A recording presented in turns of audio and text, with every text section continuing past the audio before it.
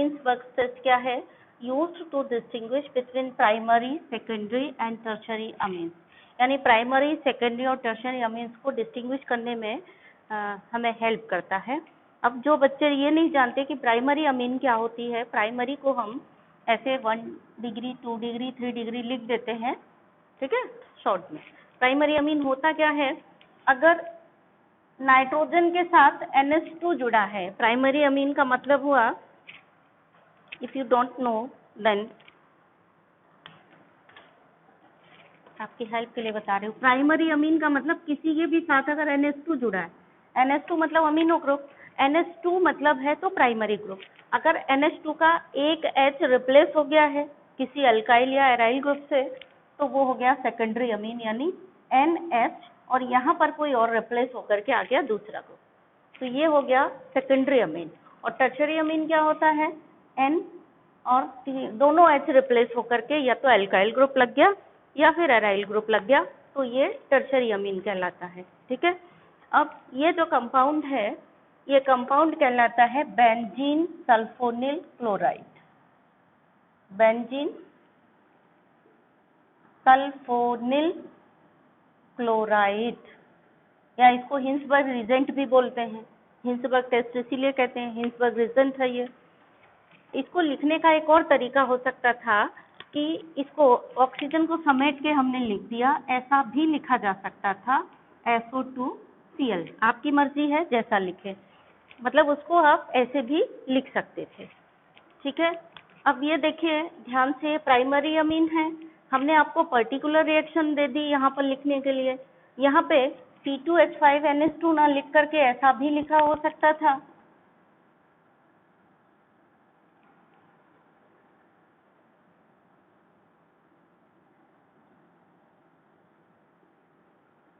ये भी primary amine है। यानी प्राइमरी अमीन की पहचान क्या है? NH2। NH2 प्राइमरी अमीन की पहचान है, तो ये भी प्राइमरी अमीन है, ये भी प्राइमरी अमीन है। आपने देखा ऐसा कोई भी अमीन, मतलब इन जनरल लिखें तो हम इसको क्या लिख सकते हैं? जनरल लिखेंगे तो हम लिख सकते हैं RNH2, समेट करके लिख दिया तो RNH2। इसको क्या लिख सकते हैं इन जनरल? ArNH2, ऐसे लिख सकते हैं। यानी ये जो टेस्ट है प्राइमरी, सेकेंडरी और टर्शरी अमीन को आइडेंटिफाई करने के लिए है। NH2 को, NH को और N, इन तीनों को आपस में आइडेंटिफाई करने के लिए है। अमीन के डिस्टिंग्विश दो ही तरीके के आएंगे, जितने भी आएंगे अमीन के, या तो उनमें प्राइमरी, सेकेंडरी और टर्शरी का डिफरेंस होगा, यानी NH2, NH, N होगा ग्रुप। अगर प्राइमरी, सेकेंडरी, टर्शरी नहीं है और दो आपको दिए गए आइडेंटिफाई करने के लिए कंपाउंड, और दोनों में ही NH2 है, और आपसे कहा गया इनको आइडेंटिफाई करिए या कैसे डिस्टिंग्विश करेंगे। अगर दोनों NH2 हैं तो उनमें निश्चित रूप से एलिफेटिक और एरोमेटिक का अंतर होगा। तो प्राइमरी, सेकेंडरी, टर्शरी अमीन के लिए यहाँ इससे, ये वाली रिएक्शन से हम सेकेंडरी और टर्शरी सबको पहचान कर लेते हैं। एक और प्राइमरी अमीन का टेस्ट हमने आपको बताया था, कार्बाइल अमीन रिएक्शन। कार्बाइल अमीन रिएक्शन भी इसी के लिए होती है, प्राइमरी अमीन को पहचानने के लिए। प्राइमरी अमीन वो एलिफेटिक भी हो सकती है, एरोमेटिक भी हो सकती है, हमें उससे मतलब नहीं है। यहाँ कार्बाइल अमीन टेस्ट भी और ये हिंसबर्ग टेस्ट भी एलिफेटिक भी देंगे, एरोमेटिक भी देंगे, और RNH2 यानी NH2 ग्रुप को आइडेंटिफाई करने के लिए या डिस्टिंग्विश करने के लिए है, ये आपको ध्यान रखना है, ठीक है ना। अगर NH2 ग्रुप है तो रिएक्शन किस तरह से होगी? ये जो HCl है ये निकल जाएगा, ये Cl और ये H आपस में निकल जाएंगे, और यहाँ से माइनस हो जाएगा क्या? -HCl निकल जाएगा, -HCl निकल जाएगा और ये आपस में जुड़ जाएंगे। ये जो कंपाउंड बनेगा ये सॉल्युबल इन KOH होगा। क्वेश्चन आता है कभी कभी कि ये सॉल्युबल क्यों होगा KOH में, ऐसा भी आ सकता है क्वेश्चन। तो ये सॉल्युबल क्यों होगा, तो यहीं पर हमने लिख दिया कि भाई सॉल्युबल क्यों होगा। पहले तो रिएक्शन ही देख लो कि SO2Cl है, इसकी RNH2 से रिएक्शन होगी या ArNH2 से रिएक्शन होगी तो HCl निकल जाएगा और दोनों को जोड़ करके आप प्रोडक्ट बना दिया, ठीक है। ये जो भी प्रोडक्ट बना it will be soluble in KOH, यानी इस प्रोडक्ट की अगर KOH से रिएक्शन कराते हैं तो ये प्रोडक्ट बन जाएगा सॉल्युबल होकर के, ठीक। अब ये सॉल्युबल क्यों होगा, ये क्वेश्चन आया। सॉल्युबल इसलिए होगा क्योंकि यहाँ पर ये देखो H जो जुड़ा है, नाइट्रोजन से अटैच्ड H है, ये हाईली एसिडिक है। हाईली एसिडिक है इसीलिए किसी भी बेस में तुरंत सॉल्युबल हो जाएगा, यानी बेस के साथ रिएक्शन कर जाएगा, तो इसीलिए सॉल्युबल इन KOH है। इसको देखिए SO2Cl प्लस, यहाँ पे देखो पहचान अंतर देखो, N एक H और रिप्लेस हो गया C2H5 से, NH C2H5 C2H5, ये पर्टिकुलर रिएक्शन हो गई। इसको अगर हमें जनरल फॉर्म में लिखना होता तो हम इसी को ऐसे भी लिख सकते थे, क्या C2H5 को R इंडिकेट कर दें, R N R NH, ठीक है। R देख करके आप घबरा मत जाओ, R का मतलब कोई भी ग्रुप हो सकता है, CH3 हो सकता है, C2H5 हो सकता है, C3H7 हो सकता है, उससे आपको कोई लेना देना नहीं। यहाँ पे R है, आपको आइडेंटिफाई क्या करना है, ये गड़बड़ हो गया थोड़ा सा, देखिए H है ये, ठीक है, NH।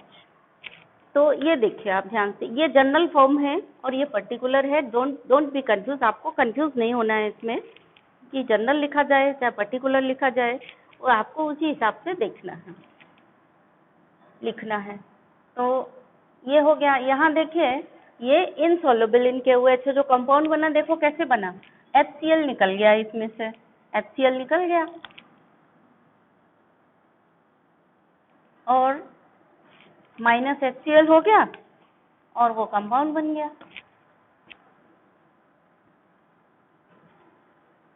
इसमें देखिए ये बेंजीन सल्फोनिल क्लोराइड है, और या इसी को हम हिंसबर्ग रिजेंट भी बोलते हैं, है?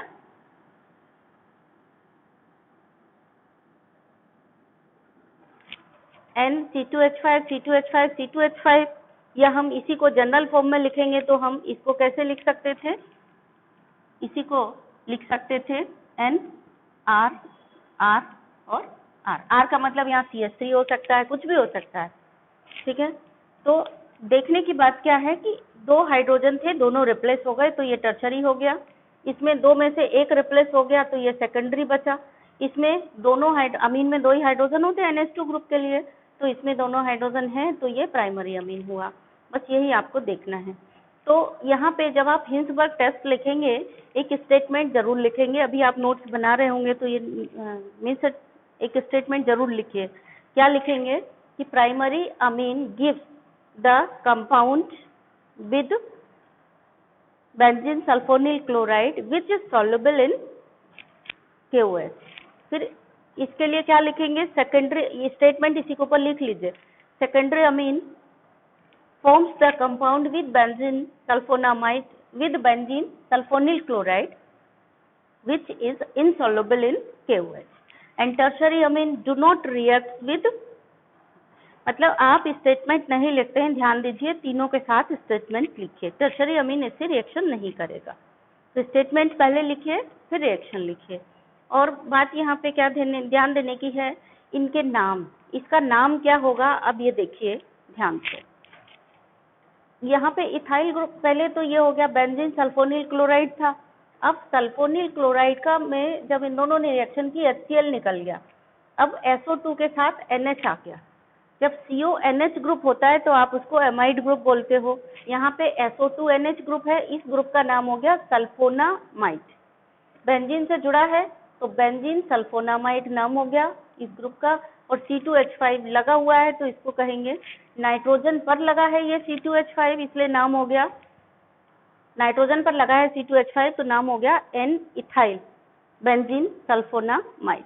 अगर यहाँ C2H5 की जगह CH3 होता तो इसका नाम हो जाता N मिथाइल बेंजीन सल्फोनामाइड।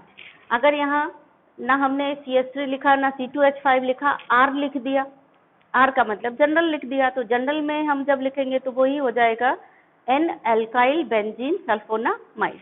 तो समझ लो CONH होता है amide group, SO2NH sulphonamide group, और बेंजीन से सल्फोनामाइड जुड़ा हुआ है तो इतने का नाम हो गया बेंजीन सल्फोनामाइड।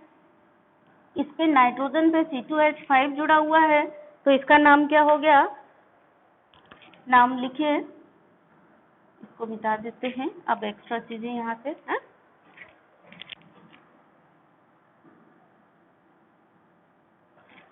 तो इसका नाम हो गया एन इथाइल बेंजीन सल्फोनामाइड। तो स्टेटमेंट में आपका क्या हो जाएगा, जो भी है, अगर एल्काइल लिखा है यहाँ पे आर ग्रुप लिखा है तो आप बताओगे कि benzene sulphonyl chloride primary amine के साथ एन एल्काइल बेंजीन सल्फोनामाइड बनाता है which is soluble in KOH। अगर यहाँ इथाइल लिखा है तो नाम हो गया एन इथाइल बेंजीन सल्फोनामाइड बनाता है which is soluble in KOH। यहाँ एल्काइल लिखा है तो इसका नाम क्या हो जाएगा, मीन्स आर ग्रुप लगाया है तो एन एल्काइल बेंजीन सल्फोनामाइड। यहाँ मिथाइल लगाया है तो उसी का नाम हो जाएगा एन मिथाइल बेंजीन सल्फोनामाइड। ठीक है, अब देखिए इसका नाम क्या है, ये बेंजीन सल्फोनामाइड पहले से है SO2NH, N लगा हुआ है, H रिप्लेस हो गया, H रिप्लेस हो गया, कोई बात नहीं। अब इसका नाम हो गया, एक ही N पे दो C2H5 लगे हैं तो नाम हो गया N di alkyl benzene sulphonamide. Common name तो इसका ये हुआ NN। देखो रटने की जरूरत नहीं है, ये सल्फोनामाइड है, उस पे दो अल्काइल ग्रुप लगे हैं और नाइट्रोजन पर अटैच हैं वो दोनों, तो नाइट्रोजन पे अटैच है तो NN di alkyl benzene sulphonamide. अभी इथाइल ग्रुप लगे हैं तो इसका नाम क्या हो गया, NN di ethyl benzene sulphonamide. तो ये क्या हो गया आपका स्टेटमेंट कि ये हिंसबर्ग रिएजेंट के साथ रिएक्शन करके secondary amine NN di alkyl benzene sulphonamide बनाता है, या NN डाई इथाइल या NN डाई मिथाइल, जो भी जैसा आपका रिजल्ट है उसी के अकॉर्डिंग आप लिखेंगे, which is insoluble in KOH। अब क्वेश्चन ये आता है कि ये सॉल्युबल है और ये क्यों नहीं है, ये भी आता है।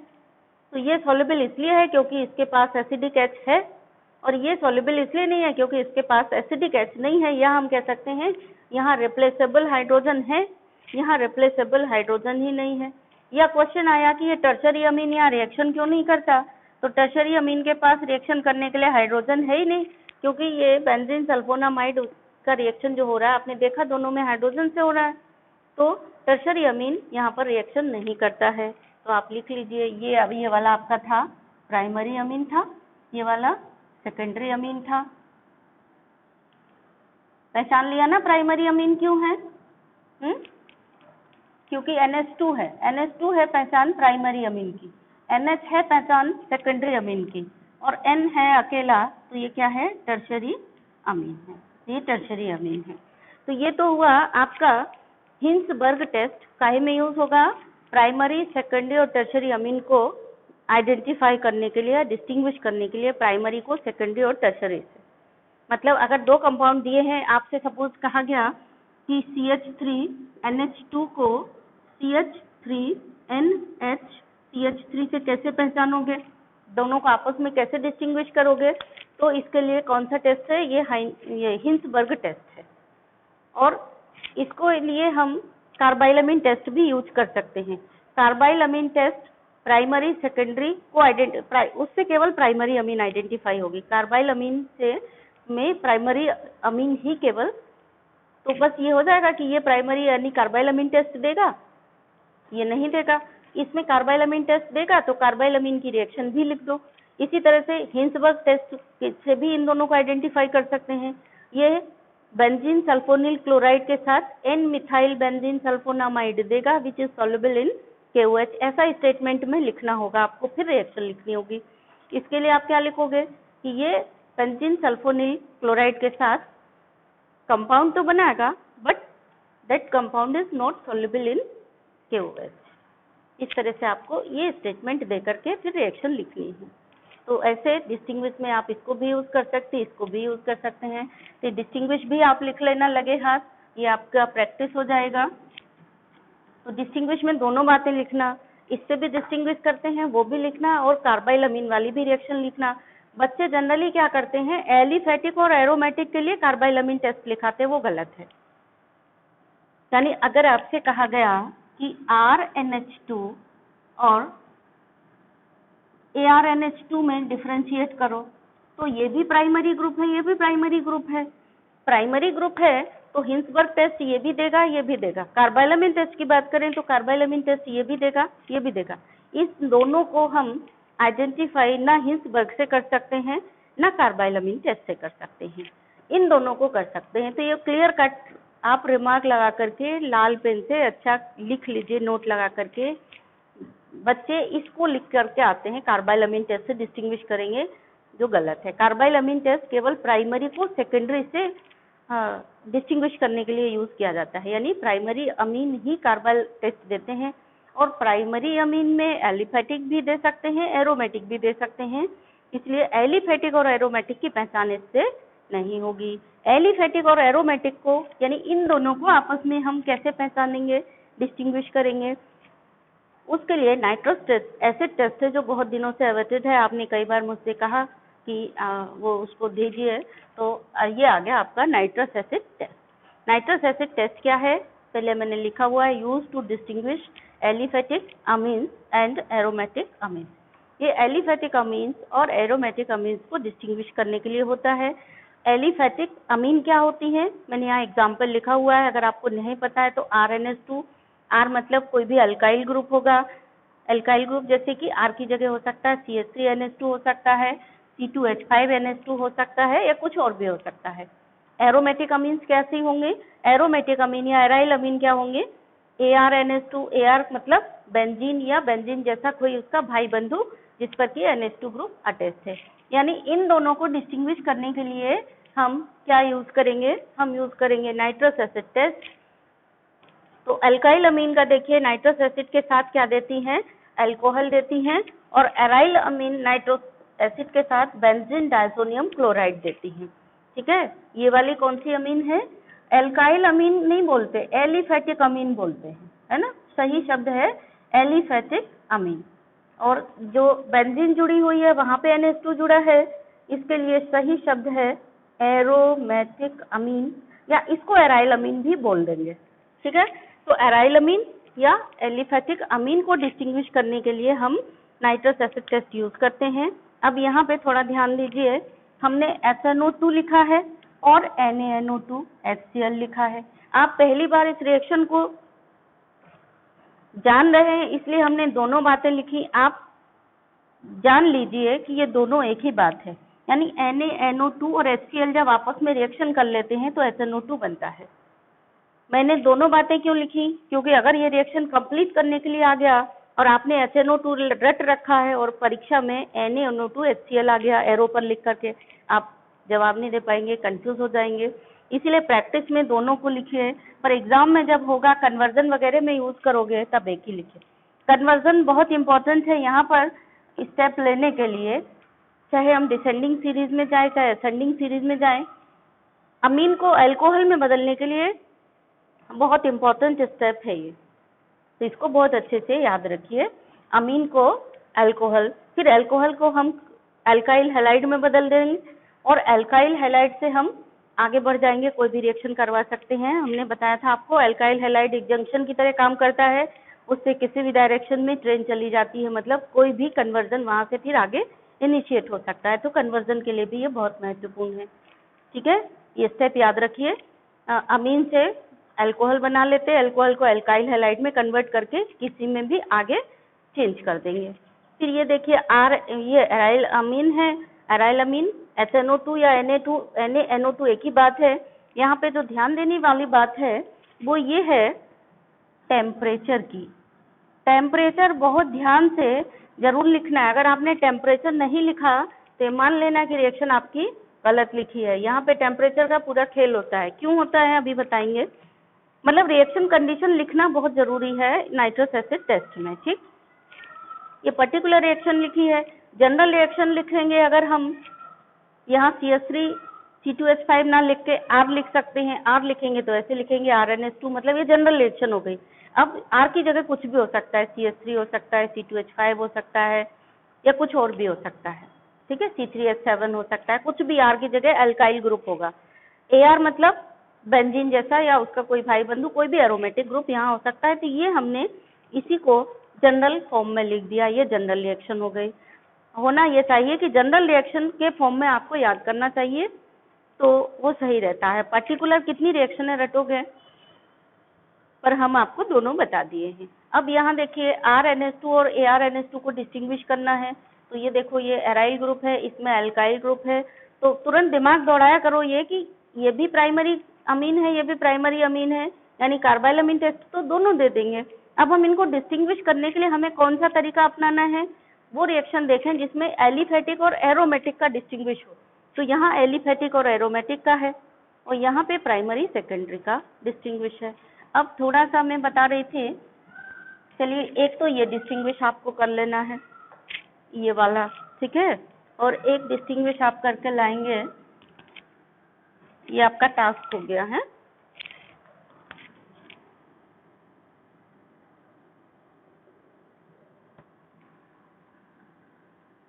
How will you distinguish between,